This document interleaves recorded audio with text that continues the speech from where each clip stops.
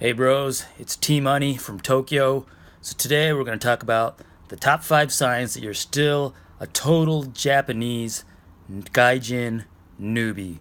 You know, one of those guys that gets off the airplane and thinks, ugh, I totally studied Japanese in high school. Oh man, I got this. Yeah, you're probably one of those people. But just to confirm that, I'm going to tell you the top 5 signs that you are a Gaijin noob. So let's get right on with it. Number 1. You still act insulted when Japanese people compliment you on chopsticks and you're Japanese. So what am I talking about here? I think you know. So you're eating soba or tempura or whatever with your chopsticks, and then somebody says "ohashi jouzu desu ne," or you say, you know, you've studied Japanese for like a month and your Japanese totally sucks, but you can say "ohayo gozaimasu" or "konnichiwa," and then a Japanese person will be like, "Wow, nihongo jouzu desu ne." And then you get all up in arms. You're really mad. You're like, oh my God, like they're being so condescending. Like, why are they doing this? Well, get over it. It is how it is, all right?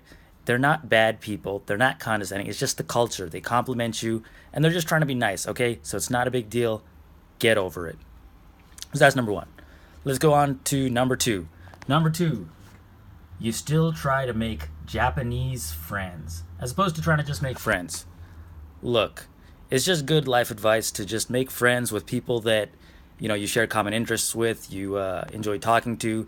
Don't worry about making Japanese friends or American friends or whatever. Just make friends. Yeah, sure, you're in Japan. There are a lot of Japanese people. You're going to make Japanese friends, but don't avoid other gaijin. It's just stupid.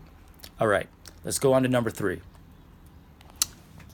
You force yourself to watch Japanese TV. Ooh, this is a bad one. Number 1, you come to Japan and you think, okay, I got to watch some Japanese TV to learn the culture or whatever. But the problem is, you don't even understand what they're saying. Moreover, you probably never will understand what they're saying. And here's the really bad part.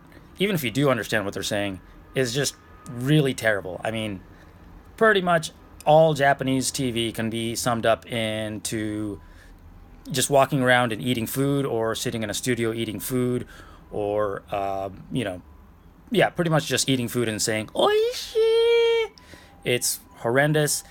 Television in your native language is probably way more interesting. So if you want to just unwind and watch some TV, you can watch my YouTube channel or watch something else in your native language. I highly recommend it. All right, let's go on to number 4. This is similar. You force yourself to eat Japanese food that you don't really like. Okay, so now what am I talking about here? So Japanese food has a lot of really, really great dishes. There's so much about Japanese food I love, but there are also things that I really don't like. Now, you might be one of those people that, really, really hates uni or ikura, but, you just came to Japan, you have to eat it, you want to fit in, and so you just force yourself to eat all this horrendous food, even though you don't like it, but, you don't want to look like the gaijin that's afraid of the Japanese food, so you just eat it to try to fit in. Not a good idea. Like I said, there's tons of really good Japanese food. Eat what you like. For the Japanese food you don't like, just say, I don't like it, it's not my thing, and move on. All right, we'll move on to number 5. So the 5th sign that you're still a total gaijin noob is you think you have to use keigo. This is like desu, masu all the time. So for example, instead of saying taberu, you say tabemasu.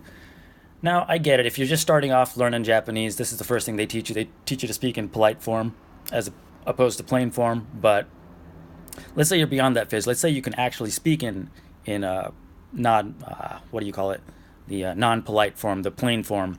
But yet you just feel like, oh my God, if I leave my house, anytime I speak to someone outside, I have to use keigo. Completely wrong. I mean, if you go to a party, or even if you just go to a restaurant, even just people on the street, it's totally fine to use plain form.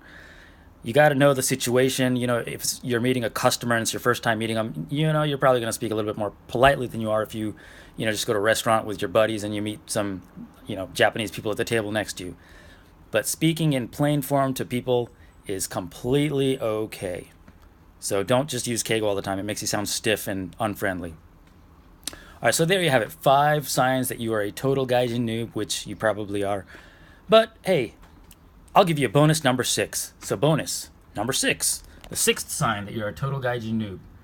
you think the term Gaijin is offensive as opposed to Gaikokujin, which is, to be honest, it is the more, for example, if you read newspapers or something, you'll see Gaikokujin as opposed to Gaijin, but Gaijin is not offensive. You may have heard this, some people may say this, especially in the newbie Gaijin community, but it's totally not.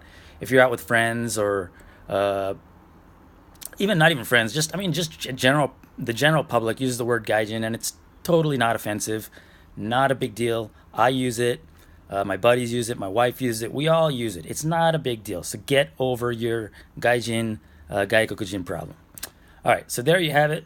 The 6, not 5, but 6 signs that you're a total Gaijin newbie in Japan. And one of these days, if you keep following my advice, you might be a total awesome Japan connoisseur. But you're going to have to subscribe to my channel.